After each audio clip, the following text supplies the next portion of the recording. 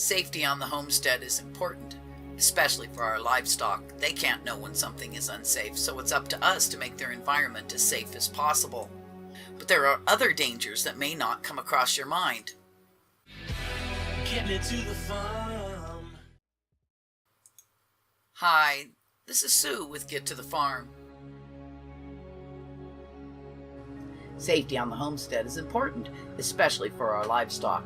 They can't know when something is unsafe, so it's up to us to make their environment as safe as possible.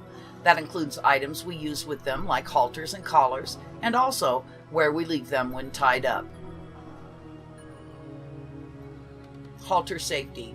Leaving your animals haltered when loose is dangerous and can even be fatal. Do not leave halters on your animals when they are unattended in a pen, pasture, or stall. A halter can get caught on a fence post, a tree limb, or a bolt or screw. When trapping an animal's first reaction is to pull until it's free, which can hurt their neck or back. Also, horses sometimes use a hind foot to rub or scratch and can get a foot caught up in the halter, which can result in injury and even death. It only takes a second for an accident like this to happen, and the grief it causes can last a lifetime. Tying tips. Before you tie any animal, it must be taught to lead. It must be comfortable having its legs handled, and it must be easily caught in an open field. The animal must be totally confident and relaxed in spooky situations before you can tie it out. Tying safety. Learn and always use the quick release knot when tying up livestock. It's simple to use and allows you to pull the end of the rope, quickly freeing a trapped animal and still have a hold of the rope. In areas where this is not possible, get a lead with a quick release clasp, such as a cross tie or horse trailer lead. Only use wide, firm rope for tying an animal. It doesn't knot up. Get too tight should the animal pull back and tighten the knot down. The wide rope will slide through so you can free the animal. Always tie appropriately to the situation. When you're tying an animal for grooming or care, choose a place that is free from trip hazards and has a secure location to attach the lead. Never tie to a mobile object.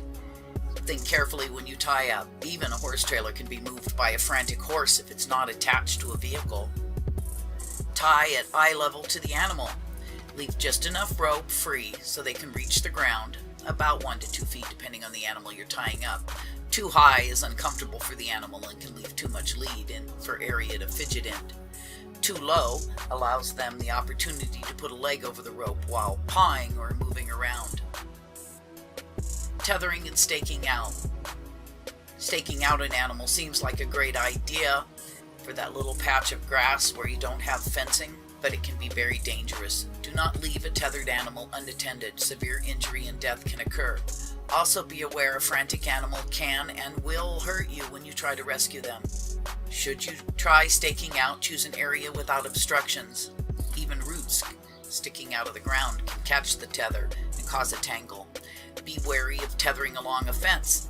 An animal, like a goat or a dog, can climb or jump the fence and the tether may not be long enough to reach the ground on the other side. The animal can choke and will die. Small dogs often fall off decks and succumb this way.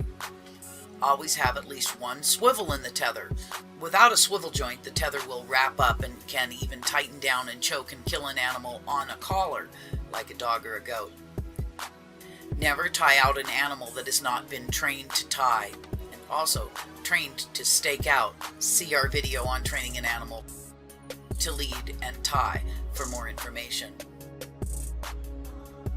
Never use a rope as a long tether for any animal, dog, goat, horse, or cow.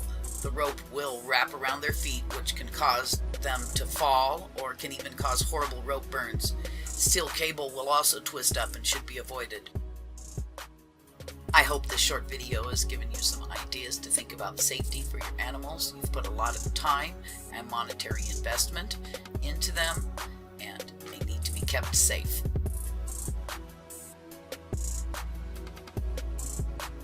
Now, for our tip.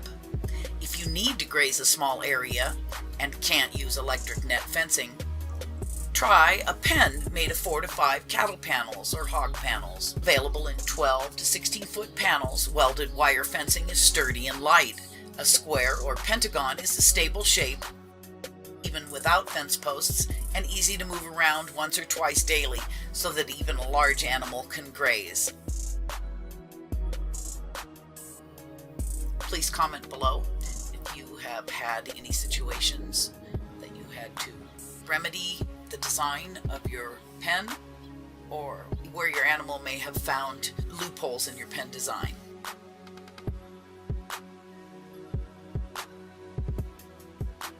Please like and share. And if you're not already, hit that big red button to follow our adventures as we get to the farm. And I feel like New York City. Get me to the farm.